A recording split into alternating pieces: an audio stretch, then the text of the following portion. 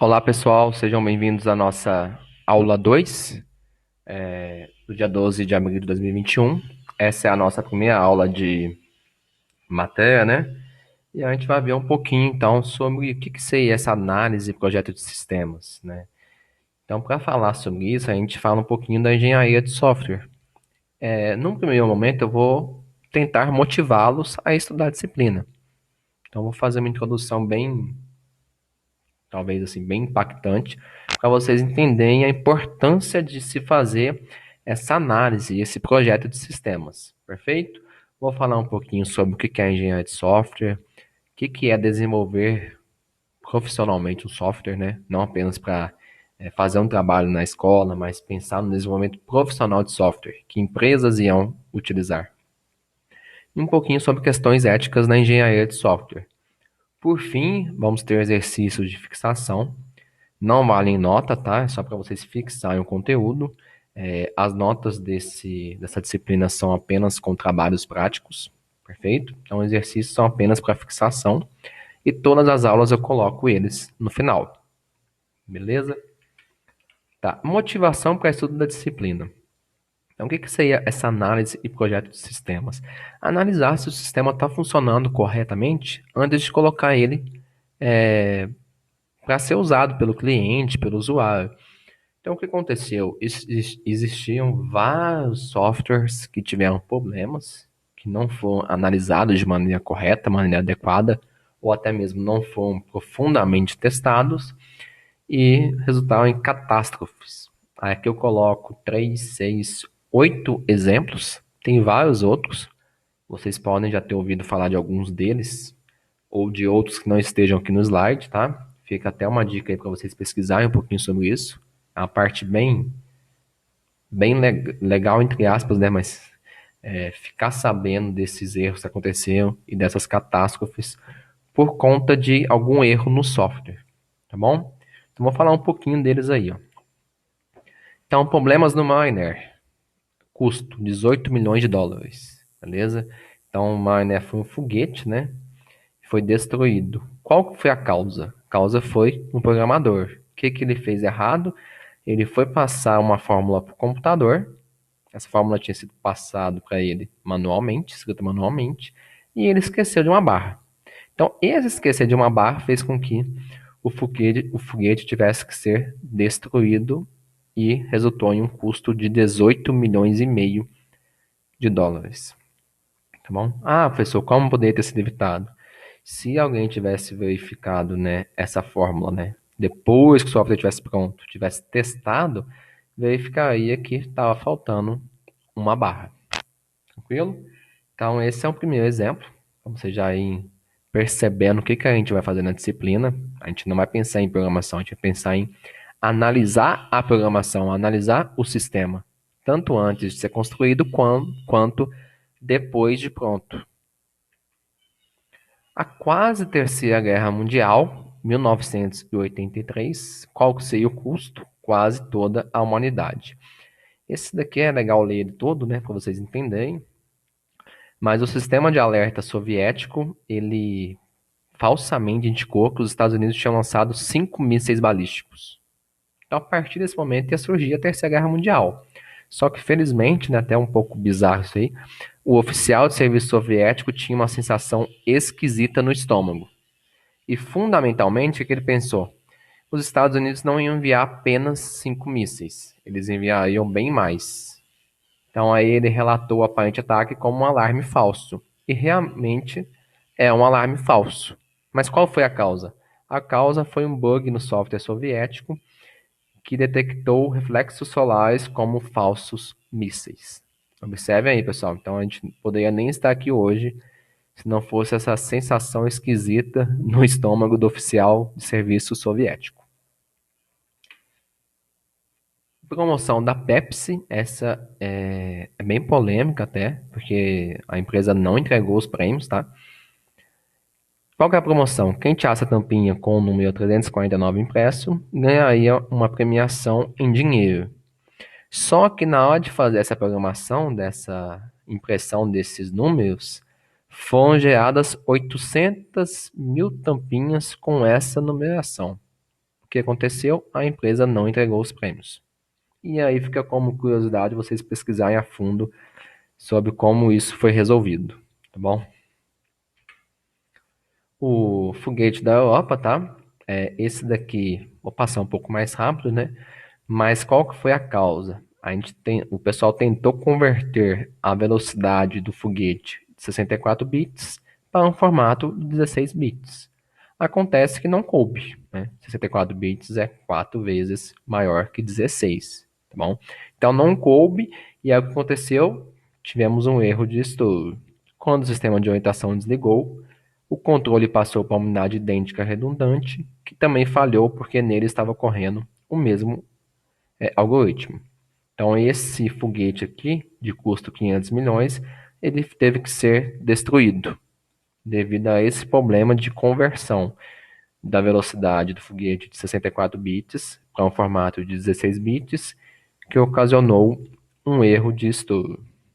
Tranquilo? Então, observem sempre a causa, que é sempre a causa que a gente está pensando na nossa disciplina, né? Bug do milênio, acho que esse é bem interessante para nós que estamos, né, na área de informática e é bem fácil entender o problema dele. O que aconteceu? Chegando lá de 1999 para 2000, o que que houve? Bom, as empresas, ao invés de armazenar os anos, né, usando os 4 dígitos, não, elas usavam, por exemplo, se é 1910, colocava só o 10. Se é 1925, colocava só o 25. Isso para economizar espaço do computador mesmo, tá bom? Só que quando foi chegar o ano 2000, o que que eles perceberam? Bom, agora eu não vou saber identificar se o 00 se refere a 1900 ou se refere a 2000. Tranquilo? Então, esse foi o problema. Esses softwares também interpretavam 00 para significar 1900 em vez de 2000. Então, para economizar espaço, eles pensaram nisso, né, de guardar só as últimas duas casas, né, aqui, 2 últimos dígitos, só que não pensaram que o ano 2000 ia chegar. E aí eles tiveram que fazer o quê? Um custo de 500 milhões para reprogramar todos esses softwares legados. Bacana, né?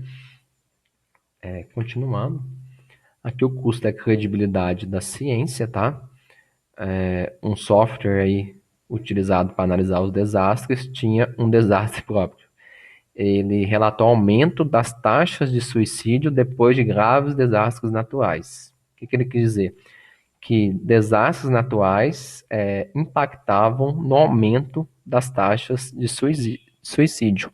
E isso não é verdade. O que o software estava fazendo de errado? Um erro no software mostrava a taxa de suicídios por ano como o dobro do seu valor real, o que foi suficiente para inutilizar toda a pesquisa. Por isso que o custo é a credibilidade da ciência. Tratamento de câncer mortal, nesse caso, 8 pessoas mortas e 20 seriamente feridas, porque o software que calculava a dosagem de radiação estava enviando o dobro da dose do que deveria. Então, foram expostos muitos pacientes a níveis fatais de radiação e os físicos que foram indicados para checar as máquinas foram condenados à morte. Bom, então, nesse caso, tivemos mortes e pessoas seriamente feridas. Por fim, né, isso aqui é até um pouco engraçado, né, você imaginar isso. Um hospital dos Estados Unidos apresentou erros no sistema e declarou a morte de 8.500 pacientes em 2022. O sistema disparou o envio de contas com atestado de óbito para os parentes e notificações para o governo e empresas. Bom, então, esses erros no sistema fizeram isso, né? Imagina você receber um atestado de óbito no seu parente, sendo que ele não morreu. Perfeito? Então, novamente, erros no sistema, falhas no sistema. Então, acabamos nossas motivações, né? Nossos exemplos de problemas com software. Nesse momento é importante vocês conseguirem contextualizar, né? Ah, legal. Então aqui a gente vai ver como analisar um software, como projetar um software, tanto antes dele estar pronto quanto depois dele estar pronto. Antes de estar pronto, a gente pensa em planejar o sistema. Depois de estar pronto, a gente pensa em testar o sistema. Então, isso que a gente vai ver, tá bom? Bem resumido aí, explicando a disciplina toda. Então, a engenharia de software, fazendo uma contextualização, né? A gente consegue perceber, principalmente atualmente, né, que o mundo moderno não poderia existir sem o software. Então, o software tem em tudo que é lugar. Produtos elétricos, manufatura, distribuição industriais, arte, entretenimento, música, jogos de computador, sistema financeiro. Então, o software está o tempo todo em todo lugar. Portanto, a engenharia de software, né, a análise e projeto de sistemas, é essencial para o funcionamento, tanto das sociedades nacionais como internacionais. Existem vários tipos de sistemas de software. Simples sistemas e sistemas de informações complexos, de alcance mundial. Não importa se é simples ou é mais complexo, todos eles vão precisar da engenharia de software, mas não necessariamente das mesmas técnicas. Como assim, professor? Dá um exemplo aí. Tá bom. Se você quer fazer um sistema de controle de estoque, tá bom? O sistema de controle de estoque, ele vai ser planejado totalmente diferente, né, ou em grande parte diferente de um joguinho de computador. Vocês concordam? Então, os dois vão usar engenharia de software, mas abordagens diferentes, técnicas diferentes. Isso que eu quero dizer aqui, tá bom? Agora uma pergunta para vocês, pessoal. Vou ler a pergunta, depois vocês pausem o vídeo e reflitam, tá? Após serem apresentadas aquelas 8 falhas de software, né? 8 exemplos de falhas de software, qual ou quais seriam os motivos destas falhas? Vocês acham que tem a ver com custo, com tempo, com preguiça, com alta demanda? Tem um outro fator? O que que vocês acham? Então pausem o vídeo e pensem a respeito, tá? Voltando aqui, o custo, eu coloquei o custo aqui, como assim? Bom, você fez o software, está pronto. Quanto mais você testar ele, mais vai aumentar o seu custo na produção de software, tá bom? Então, é isso que eu estou querendo dizer aqui, que tem a ver com o tempo, né? Se você testar mais profundamente o software, você vai gastar mais tempo para deixar o software pronto. Ao mesmo tempo que, ultimamente, o tempo que o cliente pede para você produzir o software para ele, ele quer que seja feito num tempo recorde, que é um fator complicante aí também, né? Preguiça, como assim preguiça? Normalmente a equipe de software, né, de desenvolvimento de software, ela não tem paciência, tem preguiça de fazer todos os testes possíveis. Seria um fator também das falhas de software, um motivo para a falha de software. E demanda, o que seria essa alta demanda? Às vezes você tem 500 projetos para fazer na semana. Então você tem muita demanda e não tem tanta equipe assim, né? Tanto material humano para te ajudar a desenvolver aqueles 500 sistemas, ok? Reflexão para vocês, tá? Segundo Somerville, que é um autor de um dos nossos livros de referência, ele colocou 2 fatores aqui motivo, como motivos das falhas de software, que seria o aumento de demanda e as expectativas baixas. Aumento de demanda. Então, os sistemas têm de ser construídos entregues mais rapidamente. Sistemas maiores e mais complexos são requeridos. Sistemas devem ter novas capacidades que antes eram consideradas impossíveis. É bem autoexplicativo isso daqui, só colocar alguns pontos a mais aí para vocês. Esse último ponto é importante, ó.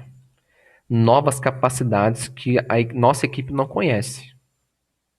Porque se tem funcionalidades que a gente já fez em outros sistemas, a gente pode fazer um Ctrl+C, Ctrl+V e adaptar uma coisa a outra, né? Mas se são novas funcionalidades, novas capacidades que a gente não conhece, isso complica a nossa vida, né? Complica a nossa vida como equipe, como desenvolvedor do software, né? Então é essa a ideia desse aumento de demanda. O outro, expectativas baixas, o que acontece? Muitas equipes, muitas empresas, né, foram forçadas a desenvolver softwares à medida que seus produtos e serviços evoluíam, mas elas nunca usaram métodos de engenharia de software. Elas fazem o software e entregam, sem usar técnicas de engenharia de software. Beleza? Então tem expectativa baixa nesse sentido. E o que eles não conseguem perceber é o seguinte: corrigir um software pronto é bem mais caro do que você testar ele antes de estar pronto. Perfeito? Então, ó, consequentemente, seu software é frequentemente mais caro e menos confiável do que deveria ser. Mais caro por quê? Se você não planejou, se você não testou o software, você corrigir ele depois vai tornar ele mais caro, com certeza. E menos confiável. Se você não testou ele como deveria ter sido feito, ele não é tão confiável para o seu cliente. Beleza? Então, são esses os dois fatores que o Somerville acredita como motivos das falhas de software. Aqui algumas perguntas frequentes sobre o software. Então, normalmente, né, vocês podem até estar pensando nisso aí, né, nessas perguntas. O que é software? A gente tem uma definição bem informal, né, que é o que a gente xinga. Pode ser, mas não é somente o que a gente xinga, tá? Software são os programas de computador e a documentação associada. Então, a documentação do software, do programa de computador, também é o software, tá? E produtos de software podem ser desenvolvidos para um cliente específico ou para o mercado em geral. Então, você pode fazer um software específico para um cliente ou para o mercado em geral. Por exemplo, o LibreOffice, ele é para o mercado em geral, não é para um cliente específico. Bom, só um exemplo aí, pessoal. O Avast Antivírus, Adobe Reader. Próxima pergunta: quais são os atributos de um bom software? Um bom software, ele deve prover a funcionalidade e o desempenho requeridos pelo usuário. O que é a funcionalidade? Tudo que o usuário falou que o sistema tem que fazer, todas as funções, tem que estar lá, beleza? E um desempenho bom, né? Não adianta estar todas as funções lá e o sistema ser uma carroça. Um bom software deve ser confiável, no sentido de das funções estarem corretamente implementadas, e fácil de manter e usar. O que é a engenharia de software, então? Aqui a gente pode pensar no seguinte: o que é essa disciplina? É uma disciplina que se preocupa com todos os aspectos de produção de software. Nesse momento a gente não pensa só em, vou usar a linguagem C e vou desenvolver software. Não. A gente pensa em todo o processo para produzir o software, tanto antes da produção quanto depois da produção. Quais são as principais atividades da engenharia de software? Isso daqui a gente vai fazer até o final da disciplina, tá? Para o trabalho prático, parte 1, só essas duas primeiras atividades que a gente vai fazer. Para o trabalho prático, parte 2, a gente vai fazer essas duas últimas atividades. Não tem a explicação aqui, então eu vou já explicar para vocês, para que vocês já consigam contextualizar, né, fazer a ligação entre essa aula e o trabalho prático, que já está disponível para vocês. Especificação de software. Nesse momento, a gente coloca lá no papel quais são as funções que meu software vai ter. Meu software tem que cadastrar produto, tem que consultar produto, tem que atualizar produto, tem que fazer login. Quais são as restrições do meu software? Meu software tem que ser feito na linguagem Java, ele tem que rodar no Windows, no Linux, ele tem que ter uma interface intuitiva, ele tem que rodar todas as funções em menos de 2 segundos. Bom, então essa é a primeira parte, especificar o software, tanto em funções quanto em restrições. Desenvolvimento de software. Aqui é a parte que você planeja e implementa o software. O que é planejar? Planejar é pensar em como ele será feito. Eu vou ter uma função chamada cadastrar produto, uma outra função chamada consultar produto, onde o usuário tem que digitar o nome do produto, clicar no botão e aí eu exibo as informações daquele produto em específico. Então, nesse momento, você projeta o seu software, você pensa em como ele será desenvolvido e aí depois você realmente implementa o software, beleza? Então, esses dois são do trabalho prático, parte 1. Trabalho prático, parte 2, tem a validação de software. O que é isso? Validar é você verificar se tudo que foi especificado está sendo feito.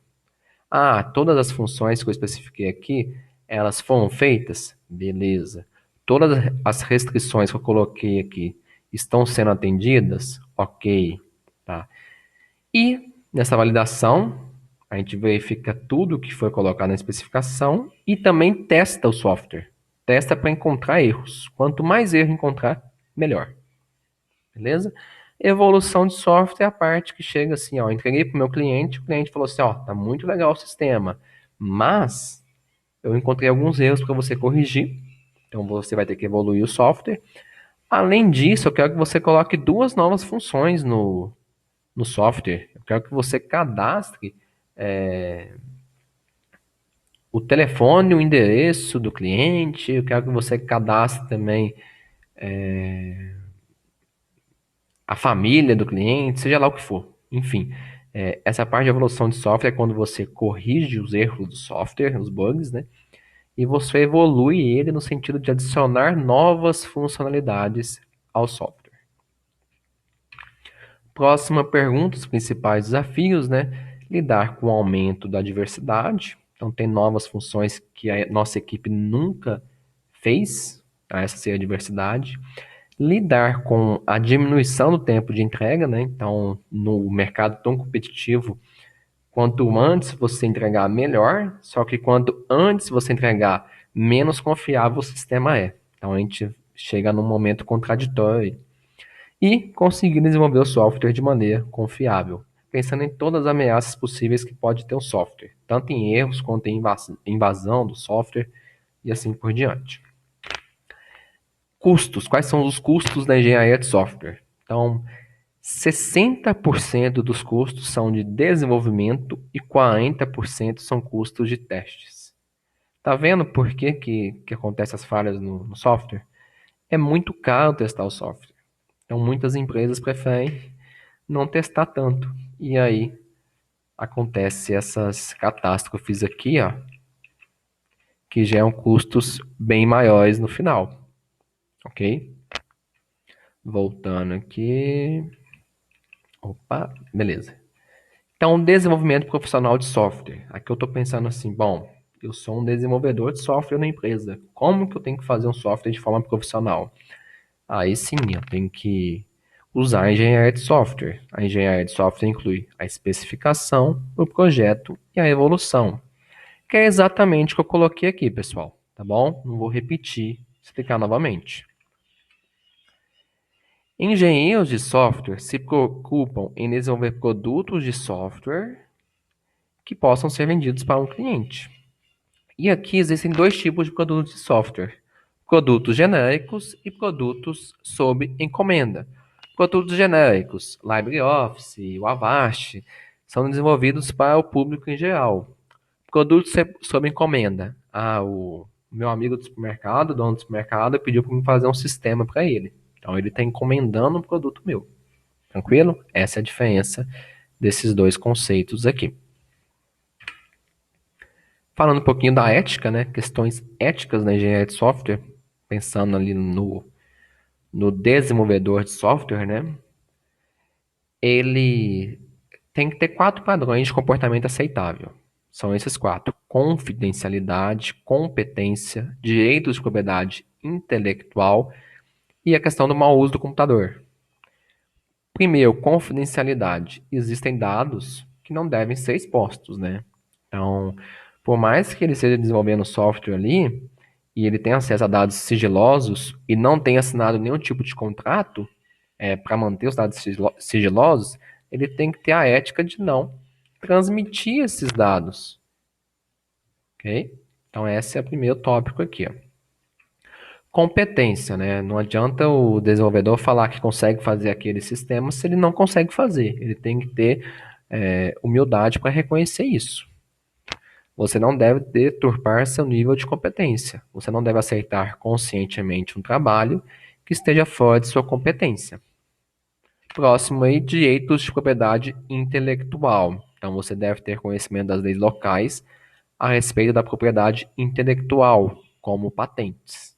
Tranquilo? E o quarto, o mau uso do computador. Então, você não pode usar suas habilidades para fazer mau uso do computador de outras pessoas. O que esse mau uso pode ser? Jogar videogames, disseminar vírus e assim por diante. Então, são 4 padrões de ética de comportamento aceitável, pensando no engenheiro de software, né?